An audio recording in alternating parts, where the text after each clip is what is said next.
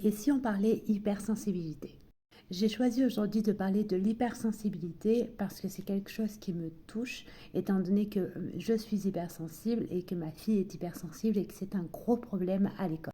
J'ai aussi beaucoup de mes patientes qui sont hypersensibles et j'aimerais vous donner quelques conseils pour le vivre mieux.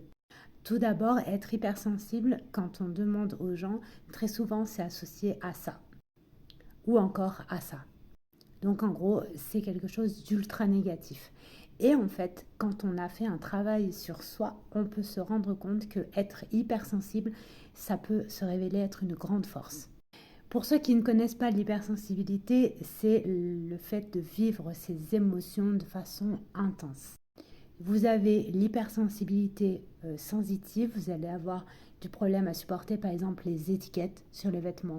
Moi, pour ma part, j'ai horreur et je pourrais mourir d'avoir un habit qui me colle à la peau mouillé. C'est réellement une sensation qui me dérange. Ça regroupe aussi l'hypersensibilité émotionnelle, le fait d'être submergé par ses émotions, ou encore l'hypersensibilité empathique.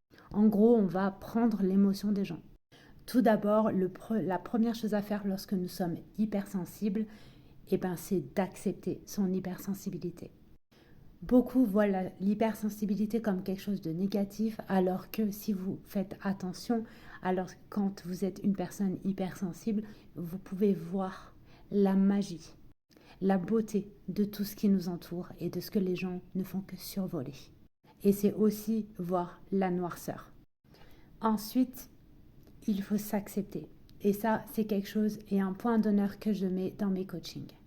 Il faut savoir que lorsqu'on est hypersensible, on peut être très en colère, très impulsif, mais on peut aussi avoir des joies qui sont très bruyantes et on peut derrière passer sur des mélancolies qui sont incroyables. Il faut se rappeler que nous ne sommes pas là pour nous faire accepter des autres ou pour faire accepter notre hypersensibilité. On est juste là pour s'accepter soi-même. S'accepter soi-même, c'est accepter le fait que des fois, on ne comprend pas ses émotions. C'est se détacher du regard des autres et de ce que les autres vont penser. En gros, s'accepter, c'est devenir libre du jugement des autres. Et là, vous allez me dire, ok, mais comment s'accepter? Changez votre regard sur vous. Donc oui, quand on est hypersensible, nos émotions peuvent être gênantes parce qu'elles sont trop intenses ou alors elles sont complètement disproportionnées. Mais en fait, elles sont absolument pas nos ennemis.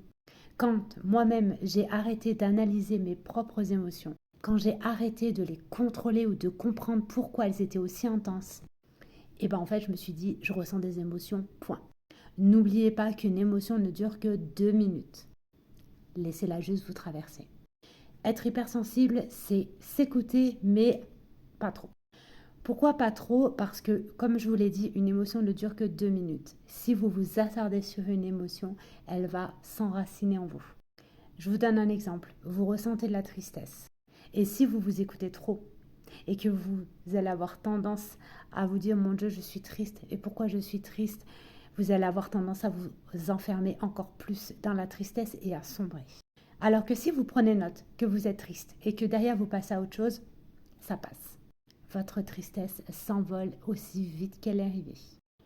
Donc lorsque vous avez une émotion qui apparaît, prenez-la en compte, mais ne l'alimentez pas. Passez à autre chose.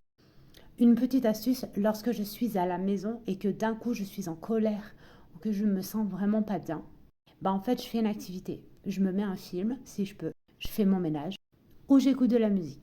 En fait, de changer d'activité, vous n'allez plus vous attarder sur votre émotion du moment et vous allez vite vous rendre compte que l'émotion, elle est plus là. Alors à tous ceux qui disent que être hypersensible, c'est forcément un fardeau, c'est faux. On peut très bien être hypersensible et être heureux, mais être heureux à sa façon. Parce qu'il ne faut pas oublier que lorsqu'on est heureux, il y a toujours des hauts et des bas et c'est normal. Même lorsque vous êtes triste ou en colère, mais il y a toujours une part de vous au fond qui est heureux. Parce que l'émotion, elle ne fait que traverser. À un moment donné, ça va partir. Donc, dites-vous bien, personne n'est parfait. Ne souhaitez pas être une autre personne que vous êtes. Et ne laissez personne vous faire douter de vous. Alors si vous appliquez ces conseils et que vous êtes hypersensible, croyez-moi, ça va beaucoup vous aider. Et si vous avez besoin d'aide, n'hésitez pas à me contacter. Et vous, est-ce que vous êtes hypersensible? N'hésitez pas à me laisser un petit commentaire. Je vous souhaite une bonne journée.